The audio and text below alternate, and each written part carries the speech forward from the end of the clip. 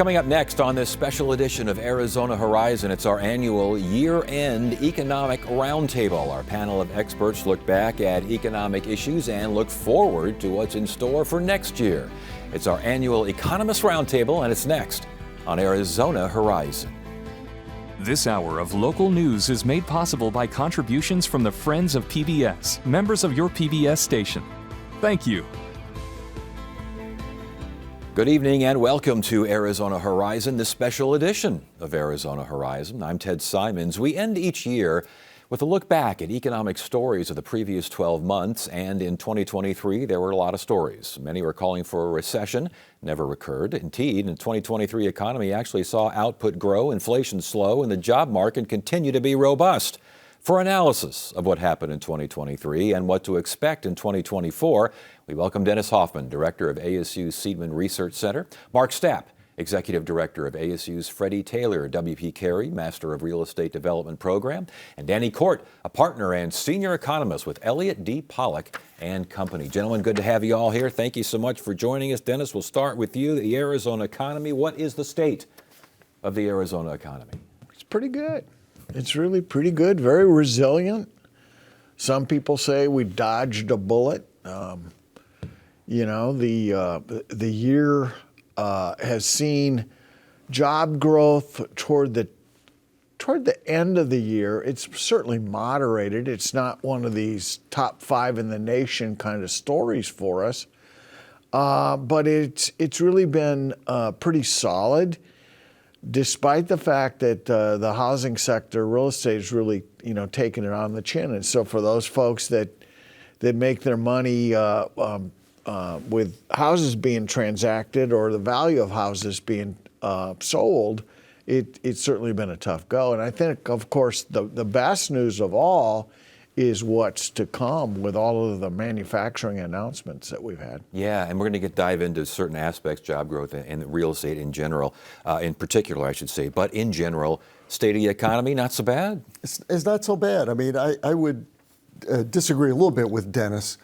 I mean, the housing market has certainly been a little bit more difficult than it was in the last previous years. But I think what it's doing is it's simply adjusting back to a more normative rate of growth in rate of price appreciation.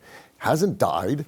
We're still short of inventory. We still have this lock-in effect from low interest rate loans from the previous years, which keeps existing home sales inventory very low. We're depending on home builders to make up the difference. We're a growth market. We continue to have demand. We see the effect of a lot of supply being added in the multifamily.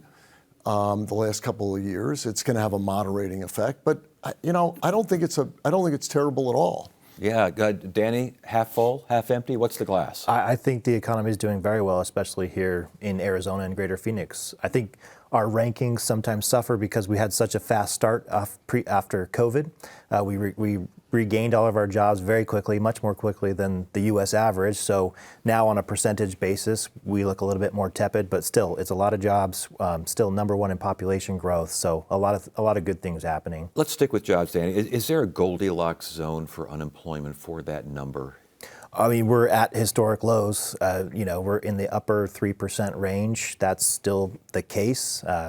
The nation's adding 200,000 jobs per month. That's down from the beginning part of 2023, but still beating out expectations. Yeah, what kind of jobs are we talking about here, Dennis?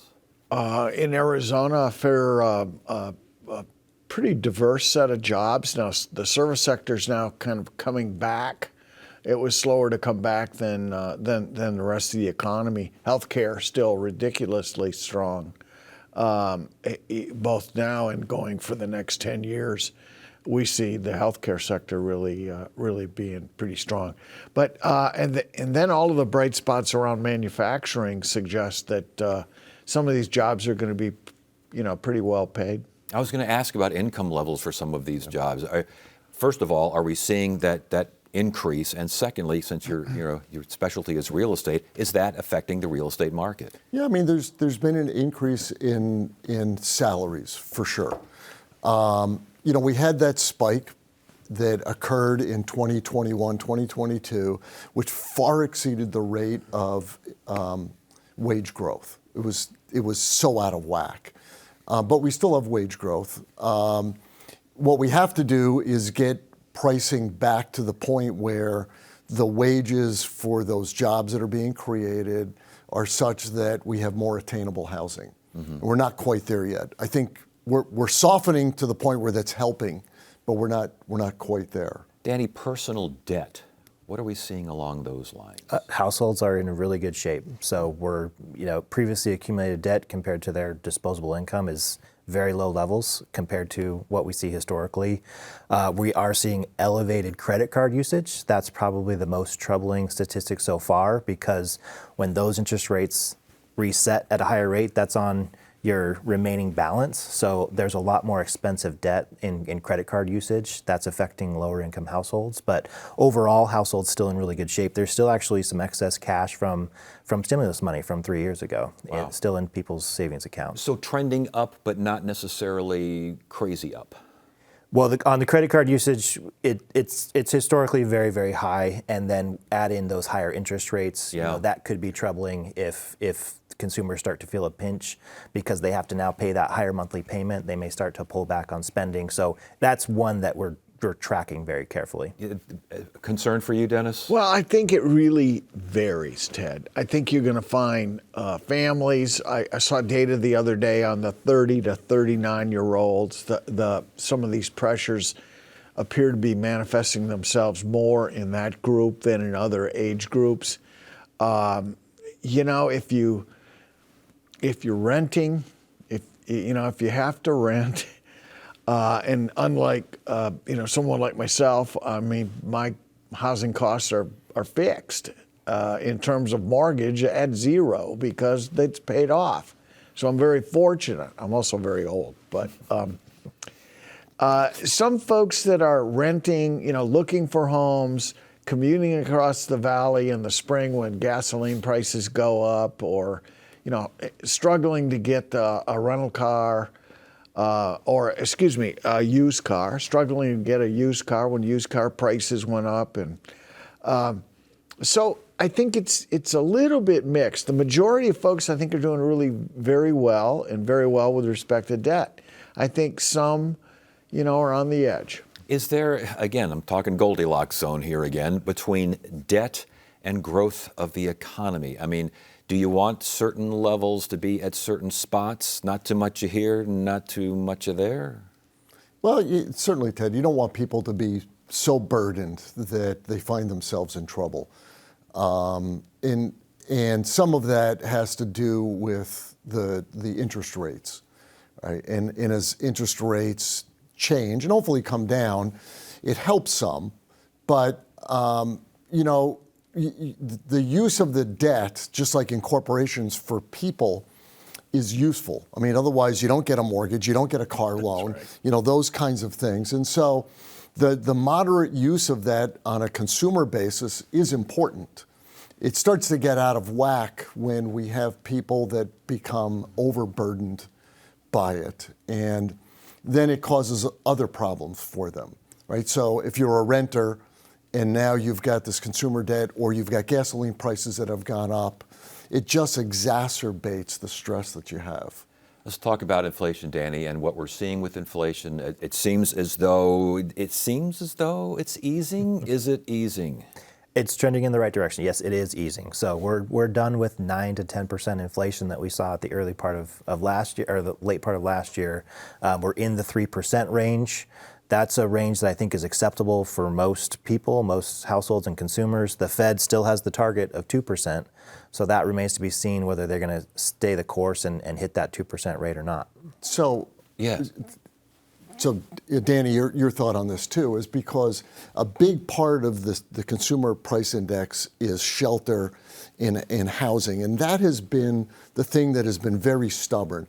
And as we get moderation in the rental rates, and as interest rates start to come down, don't you think that that's going to help push that down even further? Yeah, and I think that's why they would call out Phoenix as having higher inflation than the rest of the country during that time. It was because of housing, and now we're actually showing a little bit lower. Phoenix the last month showed at 2.9%. I think it's because housing, and it takes several months to get into the data, and the Fed knows that. That's I think why they're pausing and waiting for it to catch up. But yes, rents are coming down. In Phoenix, we're seeing negative rent growth already because of the new supply coming on. So we're not seeing it in housing because of high interest rates. There is a delay, is there not, when the Fed does this? There is, and speaking of the Fed, 2%. This 2% thing, it's as if it's it's one of the it's the 11th commandment. I don't know. Is it in the Constitution? It actually came up in like 2012, 13, and 14 when inflation rates were 1%. And people were worrying about secular stagnation of the economy. And it was talked about being a good thing if we could get prices to grow at 2%. So let's set a 2% target.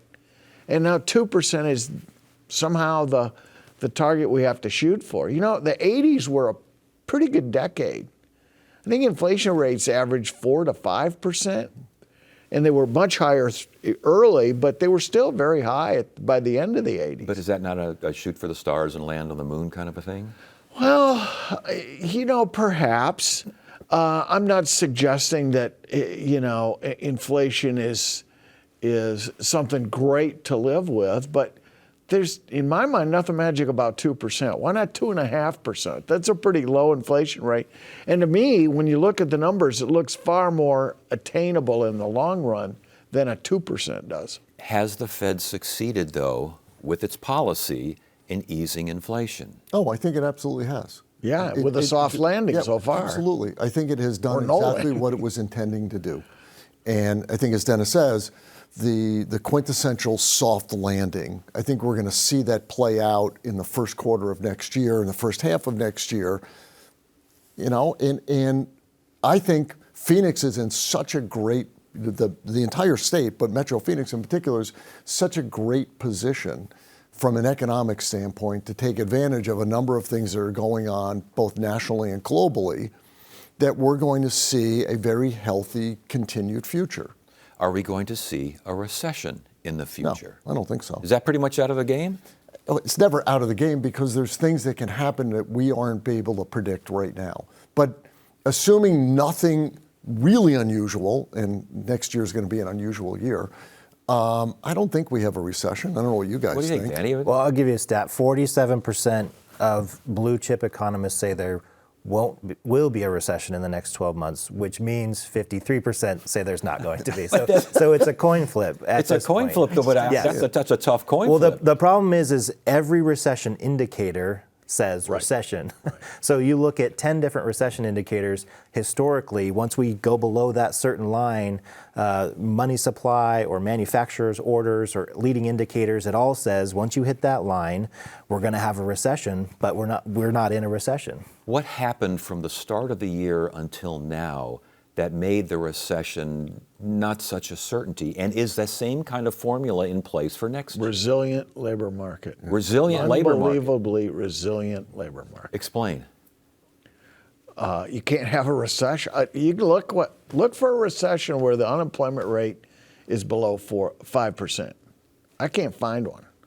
It's below 4% now. We're a ways away. Now it can change. It can change pretty rapidly, as we saw in the second quarter of 2020. But there's still 9 million jobs, virtually 9 million job openings today. But what are those? What's that 53% that say, or 47% that say it's coming? What are they seeing that the others they're aren't? looking It's at all the these data. it's all these indicators. Yeah. It's all these indicator inverted yield curve, a Fed that took the federal funds rate from 0 to 5+ in a matter of a year and a half.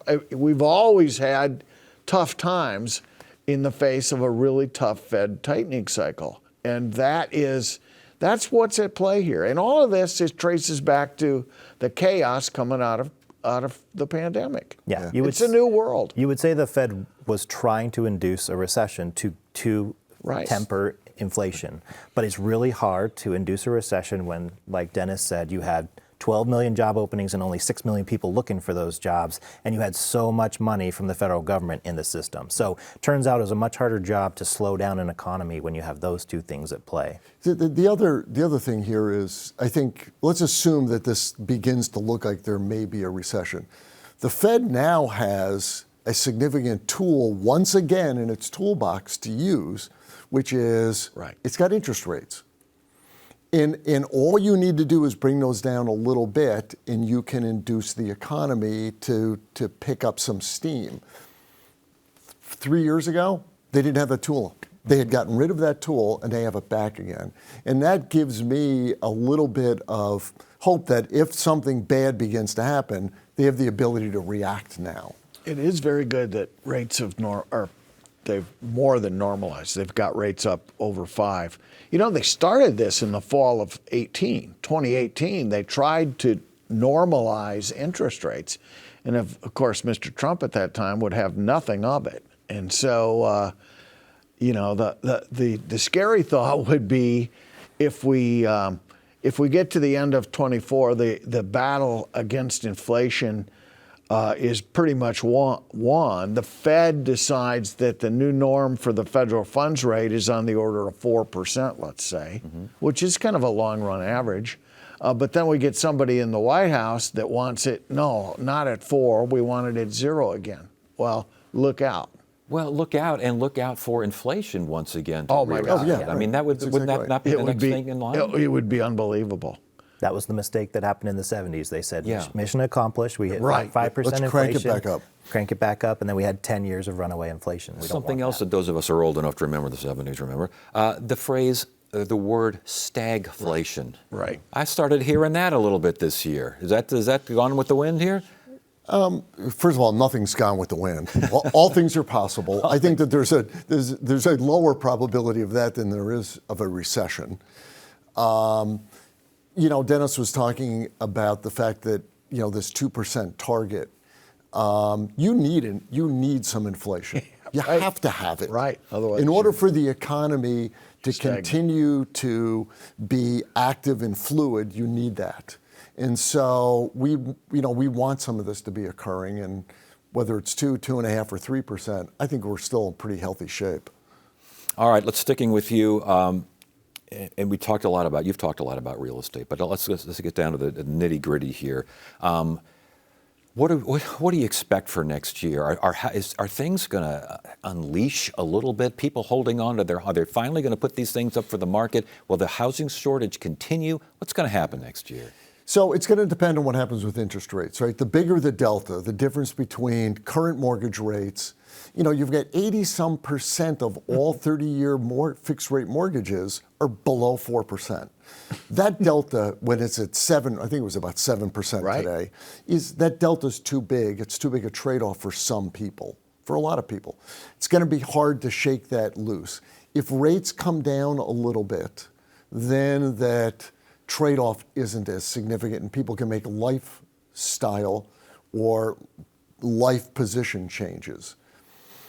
It's going to have to be made up, though, Ted, I think, by the home building industry.